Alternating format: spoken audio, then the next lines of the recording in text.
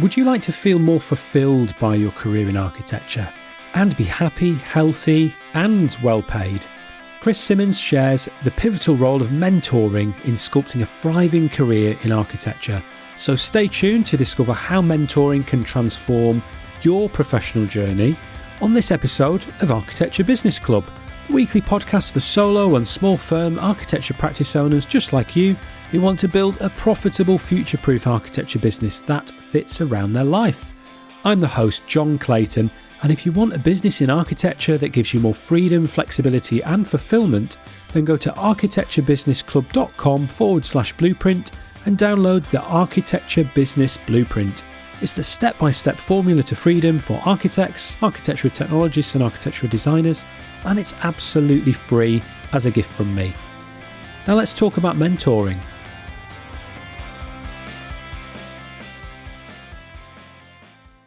Chris Simmons is an architect, illustrator and educator. He's an associate director at Squire & Partners and the founder of Architects Instruction. His mission is to create a generation of architects who are fulfilled by their careers, architects who are happy, healthy and well paid.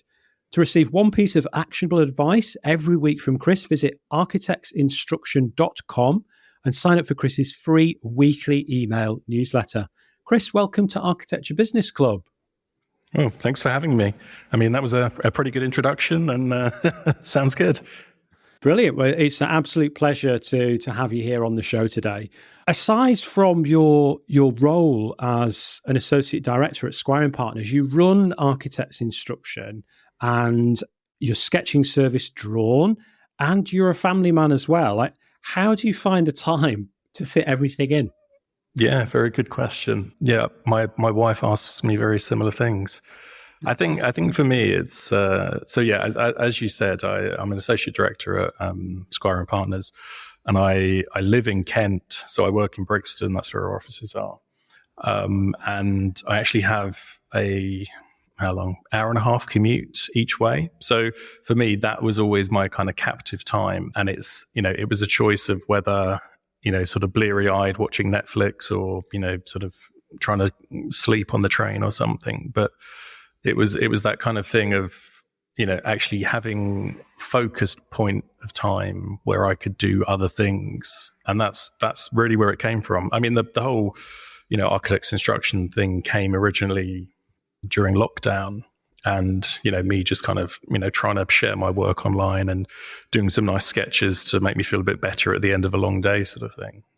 But yeah, it kind of took off, and yeah, using the train as that kind of point to focus on my own stuff really helped kind of balance out, my own, the private work and my employed job sort of thing. So yeah, I think that's the thing, whether that's through, time blocking or something like that. I guess it's a similar premise. It's just saying this is the time that I do certain things and, this is what happens and staying consistent at it. That's really interesting. That's something that sometimes people might see as a negative, like having a long commute to get to the office, that you've actually managed to find a way to put that into amazingly good use and to make that a really productive time for you. So I think that's absolutely brilliant. Something that a lot of us can take a lesson from that for sure. I would agree. And it's time without the kids that I can focus on myself for once, which is quite nice. Absolutely. Yeah. Yeah. I'm a parent too. And obviously I love my children, but it is good to have some time away from them now and then. So Chris, we're going to talk about mentoring. This is a great topic, so I'm really excited to talk about this with you. For those who are listening that might not be as familiar with it, I mean, what is mentoring? What is it? So I think it's different for different people, and I think it's a lot of it comes from our own, basic experiences of being in education or in work. But I guess my point of view is, having someone that is either more experienced or more senior or has, had experience within the field that you are, supporting you, through your career or through your process of learning something. for me, it's kind of, you can have mentors when you're in education. So having an older person, having, it could be someone that's a year older than you in university, or it can be in practice. Obviously we're talking about architecture here. So, within architecture practice, having someone that, can, be your person to guide you, to support you, to, have a shoulder to cry on and be there to support you through your, career. I guess it's very much having someone that takes an interest in your career progression at its heart. Why do you think it's so important? I mean, what's some of the reasons why it's so important to be mentored or to have a mentor? I guess in architecture, we're all very used to the idea of mentoring being part of the process. And I think it kind of harks back to a lot of the stuff that I talk about in terms of architectural education, the long process of becoming an architect specifically. We will hear about the sort of 7 years and things like that. And architecture historically has, had a strong sort of mentoring presence. The idea that university can only teach you so much, and then you come out into practice and you learn all these additional things. Obviously, that doesn't happen by accident, and it's not all just through random experience. It has to be, in part, the responsibility of either practice owners or other architects or, people within the industry to take an interest. So I think we do have a very strong and positive, kind of position of mentoring within the industry. But it does, I guess, put the onus on, the next generations and giving forward and back the kind of experiences you've had. I always kind of say, like, if you've been mentored by someone, you will then pass it on. It is that kind of age thing of if you've had a positive experience in being mentored, you will do that for somebody else. So it's an incredibly kind of positive thing that we can do within the industry, and lots of people do. It just doesn't necessarily happen within a kind of rigid and regulated kind of format. It's kind of a bit more naturalistic. Got it. So what would you say are some of the common myths out there about mentoring? Well, I mean, I talk to lots of people about, obviously, as part of architect instruction, I offer mentoring to people that don't have it or don't have access to it. But a lot of people I talk to, it's kind of, their practices don't offer it as a kind of rigid thing. And it's kind of that sort of dialogue between, do we instill it within our people, or do we leave it up to it happening naturally? And I think one of the kind of myths is that, if it's not kind of, something on your timesheet and it's not a kind of regulated, we don't have a formal mentoring system, that it doesn't happen, which is obviously not true, because, there are lots of skill exchanges and the way people are nurturing each other through shared experience and through, basically more experienced people helping younger people within practices. It does kind of happen naturally. But then again, there are sort of benefits to having it as a more formalized procedure. I have, like I said, I have heard of practices that actually put it down on their timesheets. The idea of mentoring is seen as amongst other office requirements, it is a sort of formal thing that we should be doing. And that does have its benefits, because you can allow it to happen more. And similarly, you have practices where you have assigned mentors. So you come into a practice and there are people there which may be sitting outside of your team, for example, that can, share their knowledge and experience and understanding. So I think that's one of the kind of the big things about mentoring. I guess the other thing is about, maybe in this age of sort of social media, we always talk about mentoring as a must have. We all kind of, if we want to be a business leader or we want to be Steve Jobs sort of thing, you need to have a mentor and things like that. And I get a lot of messages on LinkedIn of people saying, "Oh, will you be my mentor?" sort of thing. Like, it's, I've ticked this thing off the list and now I have a mentor, and, it's going to get me to where I want to go sort of thing. But it's so much more than that in terms of, it's about a relationship. It's about learning from people and having ongoing dialogues and meetings and things like that. It's not just a kind of, a tick box thing where, I've got a mentor, so I must be doing all right. So, I mean, similarly, we have mentors in our everyday life. So much we learn from people around us and older people that we can rely on, sort of thing. So, it doesn't necessarily have to be this kind of, golden formal type thing. It can be a lot more natural. I think that is what my experience of it was when I previously worked in practice, when I was earlier in my own career in architecture, that it tended to be something that there wasn't any set formality to it. It was just something that happened naturally as and when that I needed support on the projects that I was working with. Maybe I'd been working alongside a project architect or as part of a design team on a project we were working together. And it's so that looking back, that there were certain colleagues that were mentors at that time for me, even though they weren't formally labeled as a mentor, that they did kind of become the go-to person during those stages of my career in practice, where there was that person who was that little bit older and more experienced or had that knowledge that I needed support with to assist on that project. So, I mean, that's a little bit about my experience of it. But could you tell us about one of your first or earliest experiences of being mentored yourself? Yeah, sure. I think like lots of people, I completed my BA and went into practice for my part one, and it was a sort of eye-opening moment of realizing that I didn't know very much, and this is a very strange thing, working in an office, having worked in been in the studio a lot, sort of thing. And there was a guy who was quite senior at the practice that I worked at. So I worked at probably a sort of mid-sized practice in Kent, doing sort of churches and schools and sort of one-off resi stuff. So, very sort of quiet practice and, run by quite experienced people and a few younger people.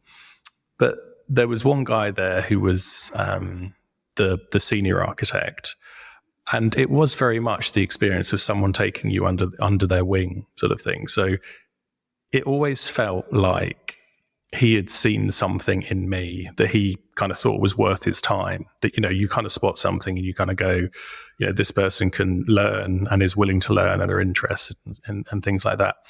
And it really was that process of nurturing, of teaching, of, there was learning the ropes, basically. So, someone going out of their way to, take me to site, to, make sure I got different experiences of different projects. So it was just like really sort of, nurturing and supportive environment. And, when I talk to other architects of their part one experience, not everyone has had that as their kind of part one experience. So I do kind of consider myself incredibly lucky. And I do always kind of, present this idea that we're all kind of built on the shoulders of our mentors, the idea that I am where I am today because of a series of people that has seen something in me and, supported me. So yeah, it was just a really nice, positive, nurturing, kind of environment. And it allowed me to really kind of flourish. And, at that sort of part one age, you've had 3 years experience of architecture from university where you've learned certain skill sets, but there's a whole, ream of skill sets which you haven't, got a clue about. So being able to sort of fill that out, by someone that's willing to give their time, willing to give their effort, and, it's a very kind of respectful relationship as well. It was very sort of kind and nurturing, and all those sort of positive things. So yeah, so much of it comes down to people kind of treating you well and being supportive and things like that. It's so much down to the kind of nature of people, and I do think that there is. Maybe there's something else in sort of resource and time, whether people have the time to do this thing, whether they have the whether the projects are running well enough that people can give their additional time. But I think a lot of it does come down to character of people, wanting to support others. So yeah, I just had a really wholly sort of positive experience in that kind of first part one job. And luckily it's kind of gone on throughout my career. I can pinpoint kind of key people in my part two and in my kind of career in Squires, key people that have made time and effort, into my career and paid the kind of interest and notice for me to kind of progress, which now I do to other people, That's awesome. Did those experiences, those positive experiences of mentoring that occurred to you throughout your career, did those then inspire the formation of Architects Instruction? Yeah, completely. I mean, there's a couple of things at play with the whole, me trying to do this. There's the idea that, obviously you kind of, you're looking to support you from a couple of years ago. We hear a lot about that kind of online. So, that is very much the crux of, what I'm trying to do is take my experiences, which, I've been very lucky, maybe some 10% is my kind of ability and them seeing something in me. But, the rest is kind of, I've found the right practices to work for. I found the right people to align myself with and I've been lucky to have it. And there are so many people that aren't lucky in that situation, that have terrible experiences of practice that,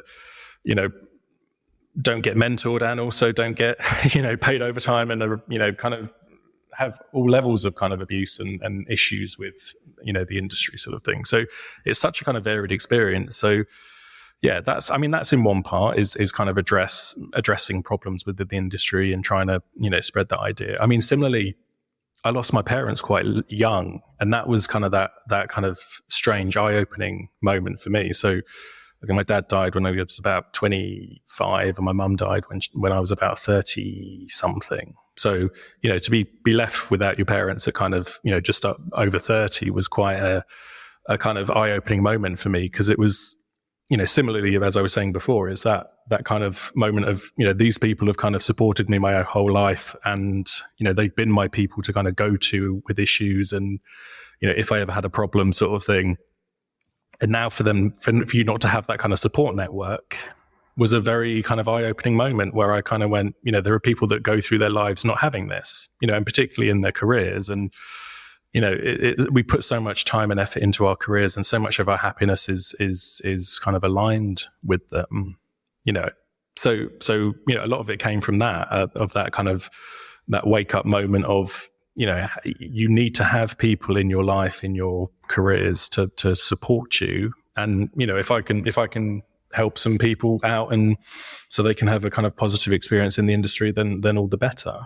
That's quite inspirational. I think that obviously it's tragic, isn't it? If you lose family before their time, and the fact that it sounds from what you've said that going through that experience was another one of the catalysts for what you're doing now and the direction that you're going, supporting others. And I think that's wonderful that something really positive has come out of that. Chris, could you share a story of the impacts that you've had on others as a mentor yourself? Remember, don't forget to download the Architecture Business Blueprint, the step-by-step formula to freedom for architects, architectural technologists and architectural designers. You can grab the blueprint without any charge at architecturebusinessclub.com/blueprint. And if you're enjoying this episode, then please leave a 5-star review or rating wherever you listen to podcasts. Now back to the show. Yeah, sure. I mean, yeah, it makes me smile to kind of think about, being able to help people. And I suppose there's kind of two kind of key examples that I kind of think about. I won't mention people's names, but within practice. So, I've worked at Squire and Partners for 10 years, and there are people who I have, been part of their kind of hiring. They've worked within teams that I, am leading projects on, being able to watch them, sort of grow as architects and then grow, into sort of project runners and me being able to kind of take a step back and let them kind of flourish. There's a real, it's the, the ducks leaving the nest kind of thing. It's that sort of super proud thing. And then for them to be, recently there's a guy who I had that exact experience with. So, I was part of his hiring process. He's been on my team for a number of years. And, he's recently been promoted to an associate within the practice sort of thing. So he's on my coattail sort of thing, chasing me for my role sort of thing. So, that's an incredible kind of, positive experience to know that, through his time in practice, I've been his kind of person to nurture him and to kind of teach him the ropes and things like that. So that's, for me, that's an incredible kind of positive, story to say, I've had a role in his learning and his success sort of thing. So there's kind of that side of things, which is obviously much more kind of high touch. So that's, that's a person that I see every day and get to kind of support.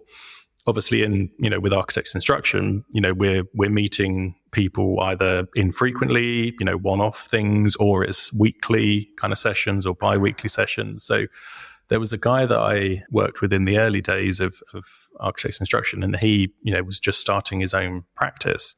Very young. He'd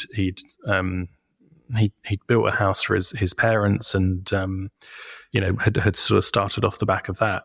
And similarly, that was watching him grow, his practice to kind of, he had some experience of some things, but again, kind of learning the ropes as he went. Me being able to support him from the sidelines, sort of cheering him on, and seeing his business kind of flourish. It's exactly the kind of the stories you kind of want to be involved in. People doing good things and you being able to cheer them on. I'm more than happy to kind of sit on the sidelines and watch people really flourish and experience all the things they kind of deserve. And I mean, that is a real kind of privilege to all of this. And it's, it's something I've kind of experienced, partially being in education and having links with Canterbury, my old university, like being able to be involved in some of their stuff. But, as sort of educators and mentors and things, the real joy is seeing, the next generation of people really succeeding. And it is the kind of positive news that the industry needs to hear sometimes, because, we all get kind of obsessed with all the negativity around stuff, but there are lots of kind of positive stories and good people and people wanting, willing you to succeed as well. How does it feel to see the successes that the people are having that you've supported as a mentor and educator? How does that make you feel? Yeah, I mean, it's wonderful. I mean, the problem with all of this is that obviously I have to charge for my services, and I can't always give out all of my advice for free. I mean, that would be the ideal. And, it's stuff I'm kind of, trying to work out at the moment. How can I, spread my kind of message a bit further so it's not just, the lucky few that can afford it sort of thing. So, being able to see people succeed in this industry is great, because again, like I said, I've had a really positive experience, and I feel like, I've achieved some things at quite a young age, and I've all in all, I really like being an architect. So I really think it's a good job. There is, you read so much about, things being down on architecture, and, it does have its problems, and, there are lots of issues with it, but I've never regretted becoming an architect or working within, the industry sort of thing. So I really like seeing people succeed and enjoy it and embrace it sort of thing, because I think it's really worthwhile and it's really varied. And as you can imagine, it's a wonderful thing to see people succeed and know that you've played, 5% of that is down to you. So. Yeah, that's absolutely fantastic. I think there's something that I just wanted to touch upon there that you'd mentioned. You mentioned about you'd love to be able to do this for free if it was possible to do that. I think you're already doing a lot for people for free. I think the content that you put out there, that you've got, I think last time I looked, over 30,000 followers on Instagram. You've got a number of followers on LinkedIn and other platforms, and you put out a lot of valuable content for people, which is one way that people can get a little tiny little slice of your expertise every week. And obviously the email newsletter that you send out every week is another way that people can access a little bit of your support and expertise. But yeah, it is a tricky one, that to be able to kind of have more impact and be able to kind of work with people on a one-to-one basis or smaller groups. It is obviously difficult to do that without charging, but I guess it's sort of meeting people where they're at, that as long as you've got a mixture of different ways to support people, that when they're ready or they need that additional support, that there's some options there that they can book a session with you or come and work with you and get a little bit of extra help.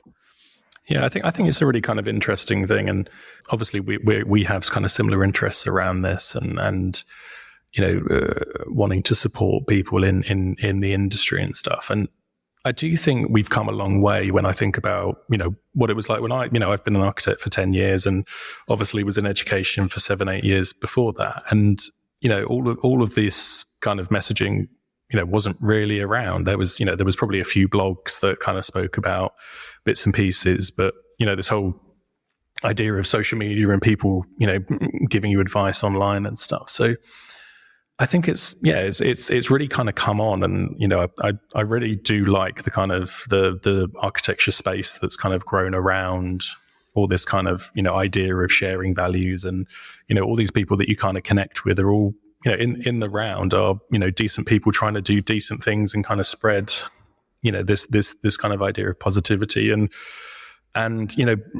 trying to get architects to be valued and all how they should be, and all this kind of stuff. So yeah, I mean, hopefully we are all kind of doing our little bit to kind of improve things and the kind of wide spectrum of architecture and engineering and construction and stuff like that. So yeah, I suppose it's all good stuff. I think the other thing that I love about what you're doing, Chris, is the positivity that you bring to what you do, because you mentioned a little bit earlier in the conversation that there is a little bit of negativity out there in the industry. I mean, you only have to look at some of the kind of conversations that people are having in groups online or on like LinkedIn or whatever, and there is a lot of negativity. The fact that you are still very positive about architecture as an industry and about becoming an architect as a viable profession still for people to enter in, to be able to enjoy, to be able to thrive at doing it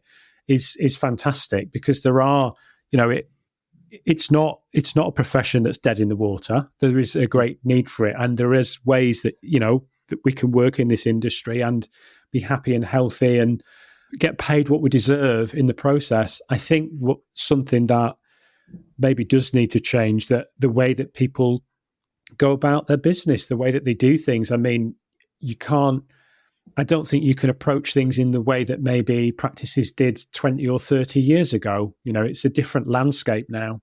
But I think that the positivity that you bring to things is refreshing, and I'd love to see more of that from more people. Chris, what's the main thing that you'd like everyone to take away from this conversation? Well, I suppose the main thing is that if we all gave a little bit more time to mentor, then you could probably put me out of a job. Which I think is a great thing. I'm there to kind of fill in the gaps, to support people where they're not feeling supported, and to share my knowledge to people in certain situations where they're struggling. Like I said at the beginning, I am the product of, having really kind, generous, positive mentors all throughout my career. And, now I'm giving it back. And, I completely understand that, when people are under pressure, there are deadlines, there are, architecture is a difficult industry at the start, let alone trying to encourage you as business owners or your staff to, share their knowledge and support other students. But, I think we all kind of need to do our part a little bit. And I think that is kind of the message that, I'd like to kind of have a kind of takeaway. If you can just give 10 minutes of your time every day to someone in the office, if you can, you're going on a site visit and you say, oh, maybe I can take someone with me, can you spare them, just for the afternoon so they get a bit of experience, sort of thing. It is just about those kind of small measures, now and again, of you giving a little bit extra of your time to support somebody else, and then, all for the better, and they will see the benefit of them, and hopefully do that to someone in the future. Yeah, so important. And those little baby steps that you can take, it can make such a huge difference to somebody that's, a little bit further behind on their career journey, or not quite as far along as you. So yeah, really important. Chris, is there anything else that you wanted to say that we haven't covered in the conversation? Luckily we've kind of touched on the kind of negativity of the industry, but I suppose the other thing I'm kind of hot on at the moment is about students coming out of work and looking for jobs. And, I've been doing a lot of work kind of recently with that idea of, trying to support people.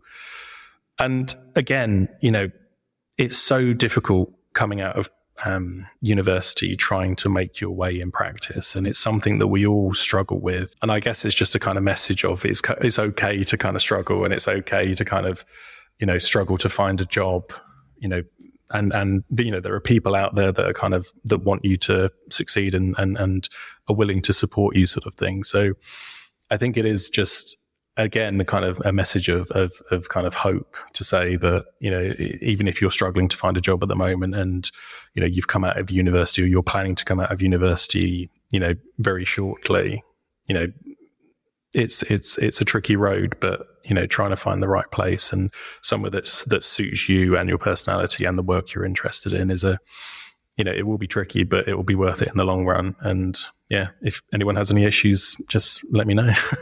That's great advice. Chris, I'd like to ask you a question that I like to ask all of the guests. I love to travel and to discover new places. And I wondered if you could tell me about one of your favourite places and what you love about it. It could be near or far. Does anywhere spring to mind? Yes, it does. So before we had our 3 wonderful children, my wife and I used to go on a lot of city breaks. And as an architect, my wife is the least architecty person you will ever meet. Mine too. Yeah, so I like to drag her around cities and point at things while she stands behind me and kind of pretends to look interested.